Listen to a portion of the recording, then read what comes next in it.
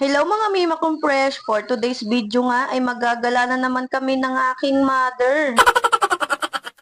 Ngayong araw nga na to ay ang aga-aga niya akong ginising dahil sabi niya nga ay may pupuntahan daw kami. And nung tinanong ko siya kung saan nga kami maglalayag na naman, sabi niya wag ka na maraming tanong basta ililibre kita. Kaya naman sinabi ko sa kanya ay tara na, for the go.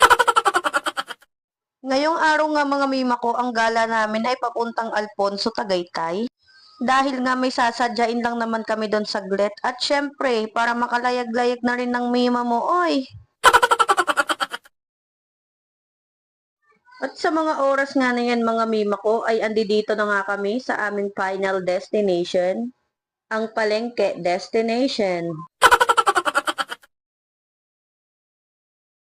Ang totoo talaga niyan mga mima kong fresh ay hindi ko pa alam kung anong sadya talaga ng mother ko dito sa lugar na to dahil ginising nga lang ako ng napakaaga para isama.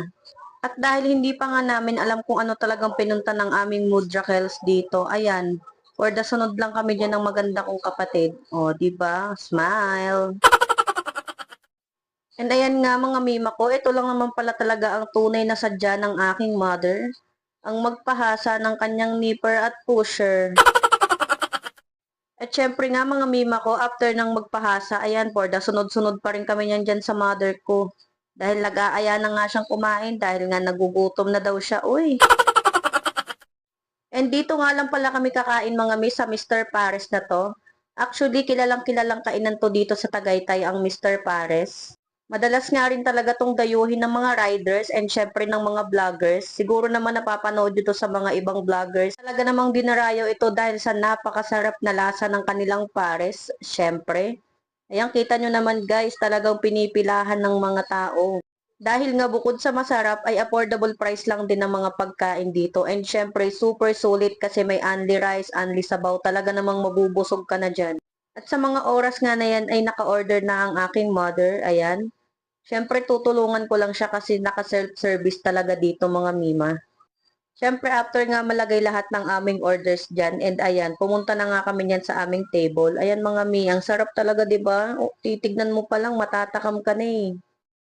And syempre yan nga mga mima ko sa mga oras na yan for dalapang na kami dyan ng mother ko. Kasama ko nga rin pala dyan ang aking Junakis, syempre pati ang aking kapatid na maganda. And ayan, chika-chika lang kami dyan habang kumakain, enjoy kung ano-anong mga napagchichikahan na lang dyan. And syempre mga mima ko, after lapang ay umuwi na nga rin pala kami dyan.